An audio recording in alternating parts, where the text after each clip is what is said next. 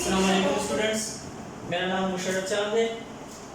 आज का जो हमारा टॉपिक है वो लॉ ऑफ यूनिवर्सल ग्रेविटेशन की तरफ है। यानी कि जो स्टूडेंट्स मेरे चैनल पर न्यू है तो वो सबसे पहले मेरा चैनल सब्सक्राइब करें ताकि एजुकेशन से रिलेटेड मेरी कोई भी वीडियो इजीली आप तक पहुँचे। सो स्टूडेंट्स, बाकायदा मैं अपनी वीडियो का आगाज़ करता हूँ कि हमारा जो टॉपिक है वो किस हवाले से है। Law of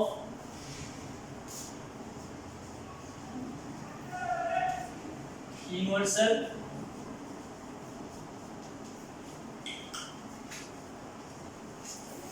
gravitation. Law of universal gravitation के बारे में बताने वाले जो साइंटिस्ट थे उनका नाम था हमारे पास आइजैक न्यूटन।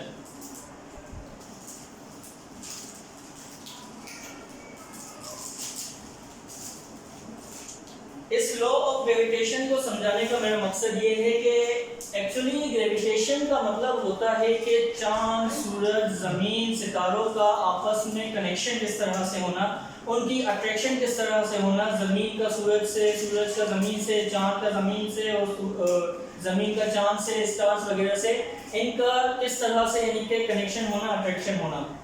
ग्रेविटेशन का हमारे पास मतलब ये होता है। आइजैक न्यूटन हमारे पास एक साइंटिस्ट थे जिन्होंने 1676 यानी कि 1676 यानी कि 1676 में अपना एक कानून बनाया था।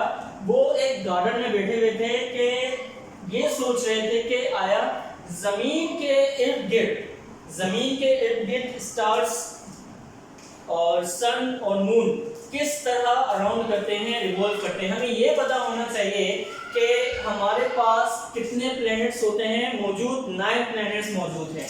स्टूडेंट्स, आपके इल्म के लिए मैं आपके इल्म में इजाफा कर दूं कि अल्लाह ताला ने हमारी इस ज़मीन को छोड़कर 80,000 करोड़ और दुनिया बनाई हुई है जिसमें 18 लाख मखलूक़ात रहती हैं। मैं आपके इल्म के लिए ये बात निशानदेही करता हूँ कि हमारे ज़मीन के अलावा अल्लाह ताला ने 80,000 करोड़ और दुनिया बनाई हुई है और 18 लाख मखलूक़ात पैदा की हैं। तो अपने मैं टॉपिक की तरफ दोबारा आता हूँ कि आइजैक न्यूटन ने क्या कहा कि एक ज़मीन है जिसके इर्द गिर्द एक चांद, एक सूरज और स्टार किस तरह से रिवॉल्व करते हैं। तो जिस गार्डन में बैठे हुए थे तो उनके करीब एक पेड़ था, यानी कि एक ट्री था। जो ट्री था हमारे पास एप्पल का, ठीक है। जब दरख्त से वो सेब गिरा, अगर आप या हम होते तो वो क्या करते कि सेब जो है खा लेते।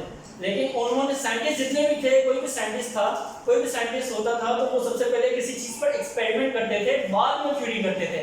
तो उन्होंने क्या किया, इस एप्पल को हाथ में लेके कहा कि अगर एप्पल दरख्त से गिरा है तो ये ऊपर की तरफ भी जा सकता था, दाएं भी जा सकता था या हवा के बीच में भी रह सकता था, लेकिन गिरा जमीन पे क्यों?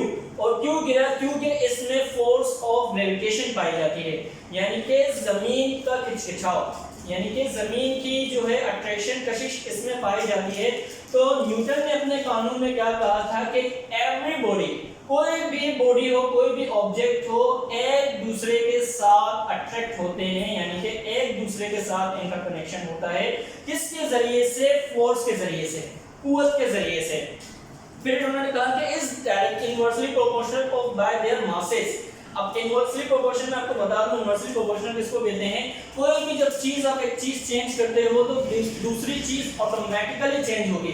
मिसाल के तौर पे आप यहाँ पे अपने लिए एक सूट खरीदते हैं, जैसे कि एक सूट आपके पास होगा, अब एक सूट की आपके पास नंबर होगा 1, इसी तरह उस सूट की प्राइस क्या आपके पास होगी 1000 रुपये, यानी कि 1000 रुपीज। इसी तरह जब 2 सूट लेंगे तो उनके दूसरा सूट होगा, उसका नंबर कितना होगा 2। उसी तरह फिर दूसरे सूट की वैल्यू कितनी हो जाएगी 2000। इसी तरह नंबर बढ़ाते जाएंगे तो उनकी वैल्यूज यानी कि उनकी प्राइस भी बढ़ती जाएगी। तो इनवर्सली प्रोपोर्शन किस चीज को कहते हैं कि एक चीज को बढ़ाने के बाद आपके पास दूसरी चीज ऑटोमेटिकली बढ़ती है। फिर उन्होंने कहा कि फोर्स के जरिए से एक बॉडी दूसरे बॉडी के साथ अट्रैक्ट होती है। फिर डायरेक्टली प्रोपोर्शनल होता है प्रोडक्ट ऑफ देयर मासेस, के मासेस के जरिए से दोनों, एक मास और दूसरा मास जब आपस में कनेक्ट होते हैं, अट्रैक्ट होते हैं फोर्स के जरिए से। तो इसमें से मैं आपको जो एक छोटी सी डायग्राम बना के बताता हूं। यहाँ पर एक मास मैंने बनाया यानी कि मास 1, मिसाल के तौर पे ये आप हैं, फिर इसी के फासले पे थोड़े से फासले पर मैंने दूसरा एक ऑब्जेक्ट बनाया जिसको मैंने नाम दिया यहाँ पे मास 2। अब यहाँ पे इनका जो क्या पाया जाएगा, डिस्प्लेसमेंट पाया जाएगा, यानी कि फासला। याद रखें, फासला जितना दूर होता जाएगा फोर्स हमारे पास उसकी वैल्यू और कम होती जाएगी। फासला जितना नजदीक होगा फोर्स की वैल्यू हमारे पास और बढ़ती जाएगी। तो यहाँ पर हमने इसको नाम दिया d स्क्वायर का। अच्छा स्टूडेंट्स, यहाँ पे स्टूडेंट्स परेशान होते हैं कि हमने यहाँ पे d को स्क्वायर 2 लगाया क्योंकि हमारे पास मासेस कितने हैं 2। तो फासला किन बॉडीज के दरमियान दिया जा रहा है 2, मास 1 एंड मास 2। इस वजह से मैंने इसके ऊपर d के ऊपर स्क्वायर लगाया जिसको मैं रिप्रेजेंट करूंगा, डिस्प्लेसमेंट को रिप्रेजेंट करूंगा d से।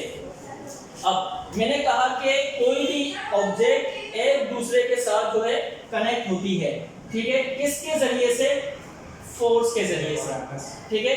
फोर्स के जरिए से जब कनेक्ट होती है तो एक बॉडी जब एक दूसरी बॉडी के साथ मिली तो दूसरी बॉडी भी ऑटोमेटिकली इसके साथ जरूर जाके कनेक्ट होगी, किसके जरिए से, फोर्स के जरिए से। फिर इन्होंने अपने इस जो है पूरे न्यूटन को जो यानी कि लॉ ऑफ ग्रेविटेशन को मैथमेटिकली डिफाइन किया कि जो है हर बॉडी का मास दूसरे बॉडी के साथ जाके अट्रैक्ट जरूर होता है। अब मिसाल के तौर पे हमारा जो बॉडी का मास है वो बहुत कम होगा, जबकि जमीन की जो बॉडी का मास होगा वो बहुत ज्यादा होगा बनिस्बत हमारे। मैथमेटिकली उन्होंने इसको किस तरह से डिफाइन किया मैं आपको बताता हूँ।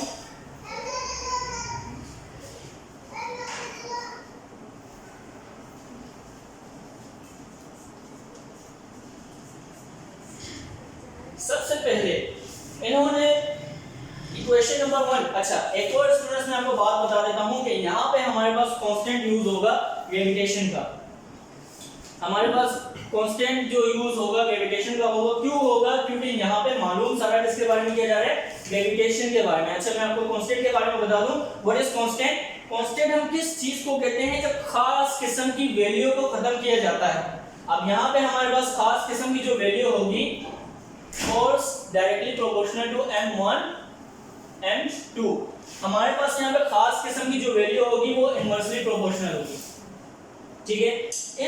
इसको इन्होंने जो है क्वेश्चन नंबर 1 का नाम दिया। अच्छा ग्रेविटेशनल कांस्टेंट के बारे में जो बताने वाले साइंटिस्ट थे उनका नाम था हेनरी कैवेंडिश, जिनके 150 साल के बाद जो सही कानून पास हुआ था वो आइजैक न्यूटन का हुआ था। उन्होंने भी जो है ग्रेविटेशनल कांस्टेंट की वैल्यू बताई थी जो कि हमारे पास होती है 6.67 मल्टीप्लाई 10 की पावर -27। लेकिन उस वक्त जो है हेनरी कैवेंडिश ने उन्होंने जो है उस कांस्टेंट को नाम नहीं दिया था, जबकि न्यूटन का कानून जब पास हुआ तो उन्होंने अपने कानून को यानी कि ग्रेविटेशनल कांस्टेंट को अपना नाम दिया यानी कि न्यूटन मीटर स्लैश केजी, ठीक है।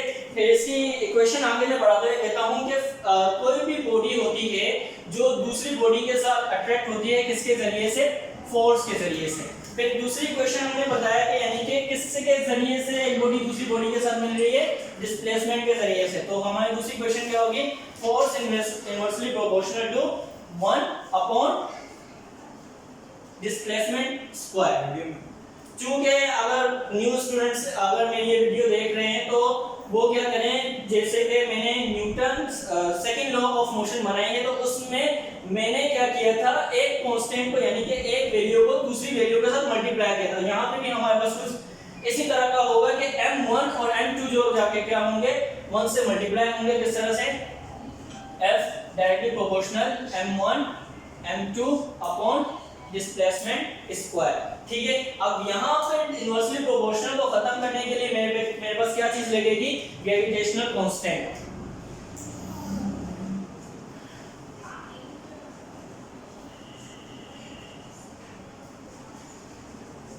तो ग्रेविटेशनल कांस्टेंट को हम ग्रेविटेशनल में किस तरह से शो करेंगे, कैपिटल G। यहाँ पे याद रखें कि मास 1 मास 2 यानी कि इनके मासेस के जो है लेटर वो स्मॉल है और इनके वजन भी बहुत कम है, ठीक है।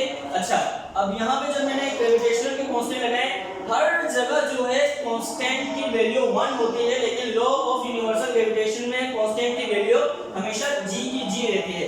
अब यहाँ पे मैं जब इसको इनवर्सली प्रोपोर्शनल को खत्म करूंगा तो मैं किस तरह से करूंगा, force is equal gravitational multiply m1 m2 upon d square. ये ग्रेविटेशनल क्या होगा, ग्रेविटेशन जाके मल्टीप्लाई होगा किसके साथ, m1 m2 और d स्क्वायर के साथ। जब इसको मैं इसके साथ मल्टीप्लाई करूंगा हमारे पास वैल्यू इस तरह से बन जाएगी जी m1 m2 upon d square. ये था हमारा लॉ ऑफ यूनिवर्सल ग्रेविटेशन, जिसके बारे में आइजैक न्यूटन ने कहा था कि कोई भी एक ऑब्जेक्ट जो होगी वो एक बॉडी जो है दूसरी बॉडी के साथ जाके जरूर कनेक्ट होगी, अट्रैक्ट होगी। सो स्टूडेंट्स, मुझे अपनी फीडबैक जरूर करें, मेरा चैनल सब्सक्राइब करें, शेयर करें, लाइक करें, कमेंट करें, मुझे अपनी फीडबैक जरूर करें। अल्लाह हाफ़िज़।